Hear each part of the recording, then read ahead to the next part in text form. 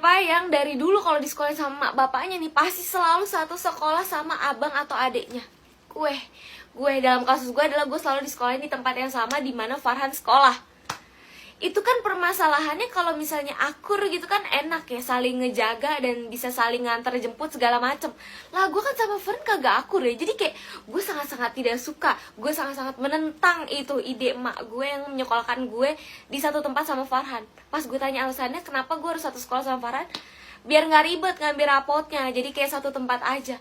Tapi gue gak mau. Cukup gue satu tempat ngaji sama Farhan, gue udah capek, gue udah mager liat muka dia gitu kan. Udah di rumah ketemu, tempat ngaji ketemu, ini gue disekolahin, gue dimasukin ke SD yang sama si Farhan.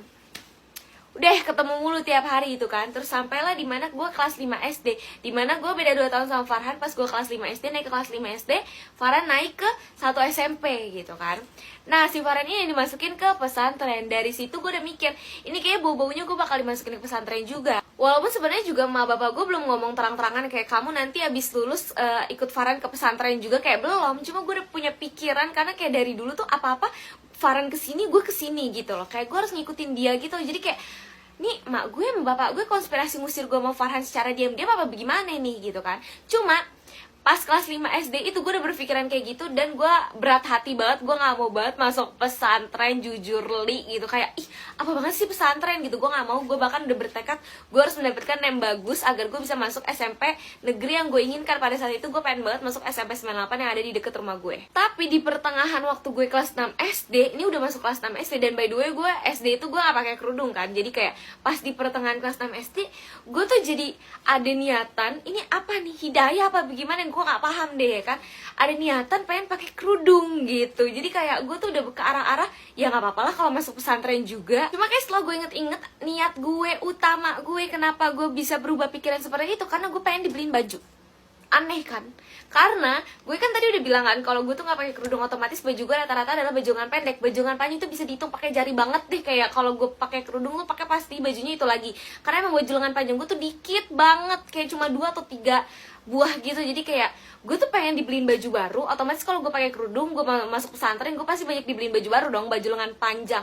Itu niat gue. Biasanya gue cuma dibeliin baju kalau mau lebaran, sekarang bisa tiap hari gitu karena OTW masuk pesantren boy. Setelah niat gue itu, gue tuh setiap keluar rumah bareng sama emak gue selalu pakai kerudung. Kenapa cuma pas keluar rumah bareng sama emak gue? Karena kalau ke sekolah pakai kerudung kayak seragam gue kan pendek nih kan, otomatis gue harus beli seragam baru yang lengan panjang. Jadi kayak sayang banget gitu, udah mau lulus. Jadi kayak gue cuma pakai kerudung keluar rumah bareng sama emak gue. Dan gue tiap ke mall sama emak gue selalu merengek minta dibeliin baju lengan panjang, karena kayak berdalih kayak aku kan mau masuk pesantren, jadi aku butuh lengan panjang yang banyak gitu. Dan itu berhasil guys, gue dibeliin. Makanya gue seneng banget tiap keluar rumah tuh selalu pakai kerudung. Kayak cerita udah dan gue tuh nggak terlalu belajar yang serius-serius banget, karena gue yakin gue akan masuk pesantren. Dan masuk pesantren itu kan di tes manual biasa kan, tes menulis, tes wawancara gitu-gitu. Jadi nggak diperluin tuh nem itu kan. Jadi ya gue biasa aja lah, tapi gue tetap belajar. Dan hasil nem gue tuh sebenarnya nggak buruk-buruk amat juga sih. Waktu itu berapa ya, 25 atau 26 gue lupa deh pokoknya ya. Sebenarnya kecil sih, cuma kayak maksudnya gue masih bisa masuk lah sebenarnya di SMP negeri. Cuma kalau SMP yang gue mau itu nggak bisa. Cuma gue nggak masalah karena kan gue bakal masuk pesantren dan gue suka. Tapi tiba-tiba nih si Farhan ada masalah sama seniornya, terus bapak gue dipanggil ke sana. Habis itu gue nggak tahu gimana ceritanya, cerita lengkapnya gue nggak paham. Pokoknya tiba-tiba si Farhan ini pulang dan dia nggak nerusin ke pesantren itu lagi untuk lanjut ke kelas 3 SMP. Jadi dia pindah ke MTS.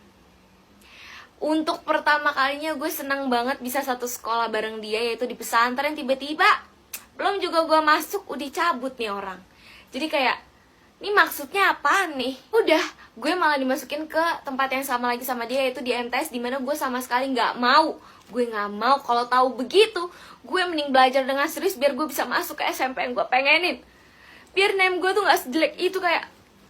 Tapi di sini ada yang anak bekas pesantren, anak bekas anak pesantren nggak sih? Gue mau nanya deh kalian, plus minusnya jadi anak pesantren tuh apa? Karena di otak gue tuh pada saat itu nggak mikirin minusnya sama sekali. Gue cuma mikir keseruan dimana gue bisa tinggal bareng sama teman-teman gue. Waktu itu abang gue tuh satu kamar 10 orang, dan gue kayak seru banget satu kamar 10 orang ngapa-ngapain bareng, curhat-curhatan segala macem kayak gitu-gitu. Tapi gue mau denger langsung dari kalian, siapa tahu di sini ada yang pernah di pesantren. Coba dong cerita di kolom komen.